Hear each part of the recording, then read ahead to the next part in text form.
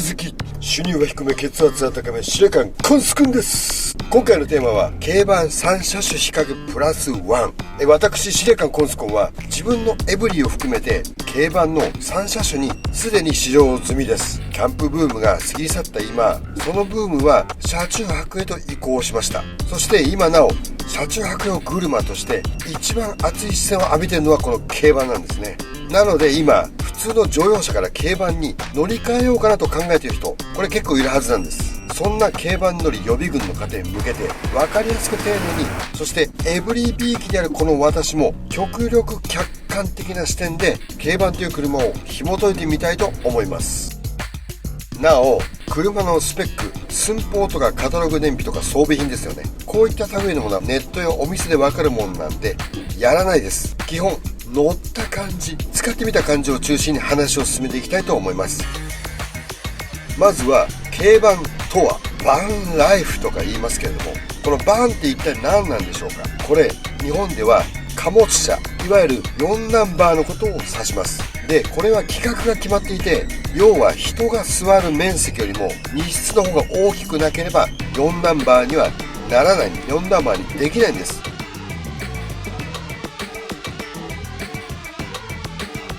結果としてどうしてもリアシートは狭くならざるを得ません。また貨物車ですから最大積載量が設定されていて、その重量を乗せてちゃんと走らなければならないので、乗り心地が硬くなり速い速度で走ることが難しい車にならざるを得ないんです。これが軽バンです。イカうまいね、やっぱね、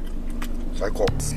ということで、この軽バン乗用車目線でまとめてみると、リアシートが狭く乗り心地も悪い、高速や加速時にはうるさくて燃費も良くない車、最悪やん以上の理由から軽バンを買うということは、実は特段の理由がなければやってはいけないことということが言えると思うんですよね。特段の理由がなければ正直 N ボックスを買った方がいいと私は思います。ではその特段の事情とは一体何なんでしょうか。挙げていきます。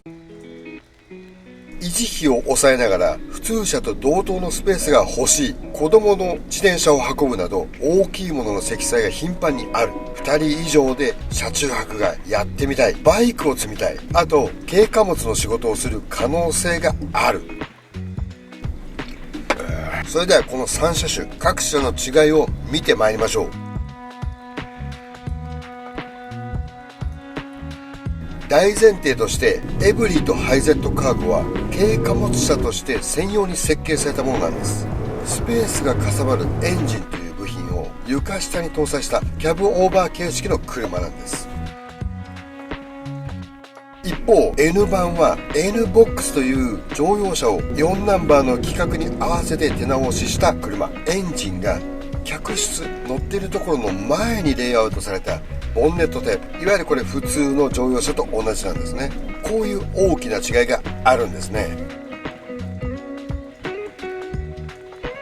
なので軽バンを語るにあたってはエブリィとハイゼット、これが一つのグループ、そしてもう一方は N バンという対比で見ていく必要がまずあるんです。このレイアウトの違いによって荷室の使い勝手、乗り心地、走行性能、衝突安全性、さらには私がとても大事にしているポイント、乗って楽しいか、これなんかも変わってくるんです。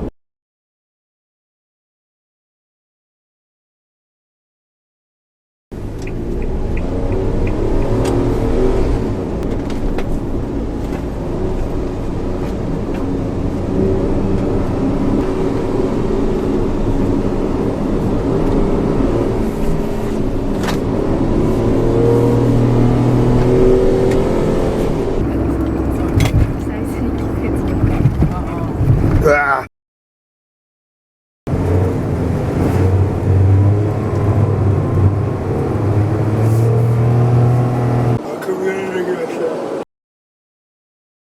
安心感がありますね。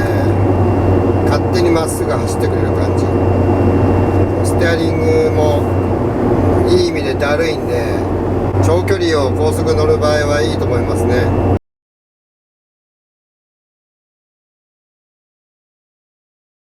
いわゆるその切った部位よりもずっとと外側へ膨らんでいく投影はかなり大きい方なので、慌ててねうまく切れない人が乗っても破綻することはないですね。切れすぎちゃう車の方が危ないですからね。切れないです、この車。 FF 乗用車の N ボックスベースで作ってあるので、普通の車にこれまで乗ってきた人が普通に受け入れられるように作ってありますね。 CVT でね低回転を保って走ってくれるし、直進性もいいし、騒音レベルでいうとエブリィの3段階ぐらい上のいいレベルですね。極悪と言われているエブリィに比べるともう極上の乗り心地。 N ボックスよりね音は大きいんだけどエブリィよりかはるかに静かですね。当たり前ですけどね。毎日乗るってことを考えたら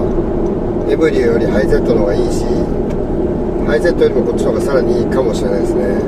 乗ります。ではまとめましょうか。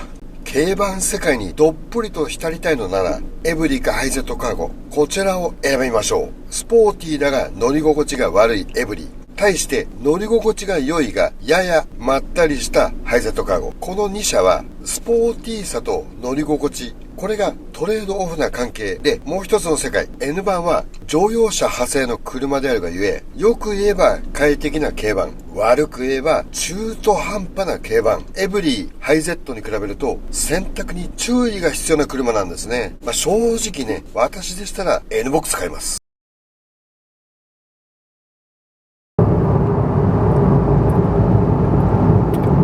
いやー楽ちんだこりゃ。これはいいわ。はい。車中泊モードです。案外いいね。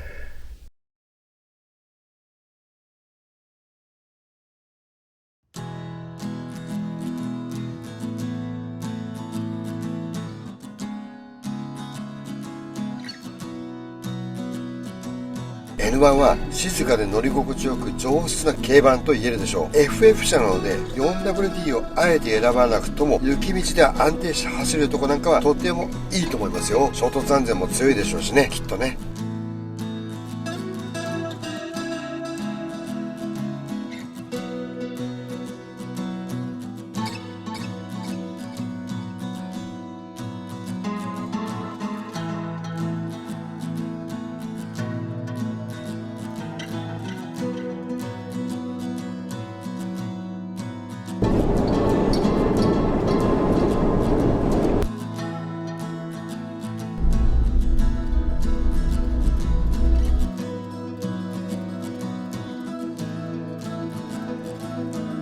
ジーク鈴木。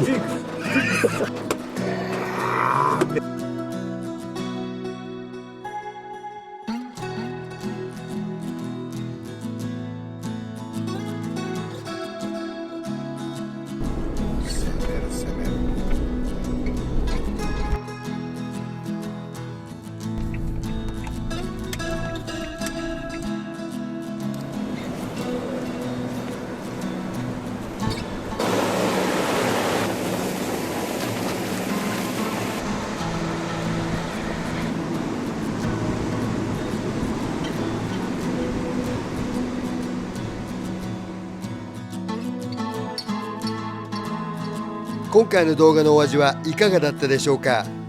司令官コンスコンがお送りしました。